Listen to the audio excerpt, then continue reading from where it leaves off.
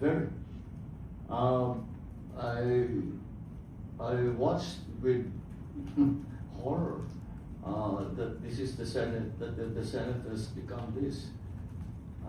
I look at my other fellow senators. Madalas kaming nagtitinginan ni E.S. Ralph. Kasi ganyan to ba tayo? Ganyan ba tayo nung senador tayo? Meron ba tayong ganyan na ginagawa? Hindi tayo ganyan. Paano nangyari? Yung Senado hindi na kagaya nung panahon natin. Dahil personalan na eh. Naging personal, ang babaw na ng usapan. Dahil ang kwento ko nga, yun na nga kwento namin. Meron mga senador na pagka meron kami pinag-uusapan na sa trabaho, hindi kami nag-agree talaga. At saka tatayo, mag-interpolate, at saka yung interpolation talagang mabigat, at saka well-studied and no-holds-barred interpolation. Pero after pag-upo namin, magkakape naman kami, kakain kami ng magkasabay. Hindi personal. It's about work. It's not about personalities. Nagbago eh. Tapos, nakarating pa tayo sa putukan. Tapos, fake pala yung putukan. Tapos, hindi ko maintindihan.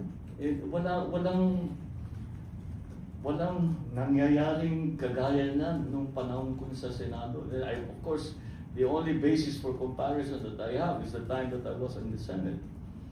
And I never imagined that the Senate would descend into this kind of what's happening right now. And then I was watching the comments of former SP, another colleague of ours, Senator Frank Drilon. Sabi niya, paano nangyari dito? The Senate is now sheltering fugitives from justice. How did that happen? I don't understand how a Senate is supposed to function if those are the kind of things that the Senate is embroiled in. I hope they figure it out soon. I really do. Thank you, Mr. President. The next question. You have a follow-up question? Yes, sir. Just one quick follow-up. Kasi, sir, there are also concerns na because of the series of cases filed to some of the senators that are part of the majority bloc, including Senator Amy, she said that, maybe the majority 13 is being targeted. Are they? Is being? Targeted. So, Look. are they targeted? Almost a year ago, ang sinabi ko sa taong bayan, kailangan malaman ng buong taong bayan ang katotohanan. At nung kami ay pinag-aaralan ng Ombudsman, ng Department of Justice, lahat ng mga aligasyon na dumating dahil sa flood control, maraming nagsasabi, bakit wala pang nangyayari? Bakit wala pang nangyayari? Bakit ang tagal ninyo?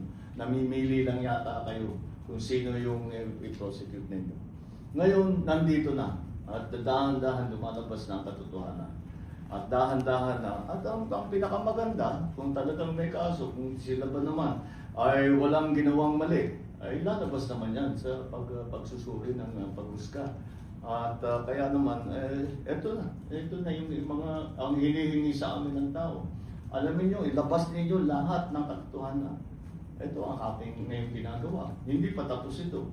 Patuloy pa ang investigasyon, patuloy pa ang mga pag-imbestiga at pag-aaral at sa intelligence and information gathering tungkol sa mga iba't ibang aligasyon kung kani-kanino pa.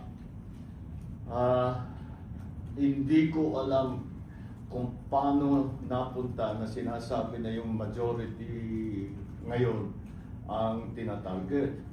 Dahil kung tutusin ninyo, hindi sila majority noon. So, that does not apply.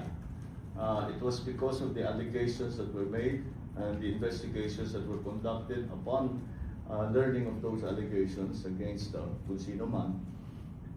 And kung ano man ang naging alignment sa Senado, walang kinalaman yun. Ito pa rin ang mga tao na lumabas ang mga pangalan doon sa, kung titignan ninyo, ano ang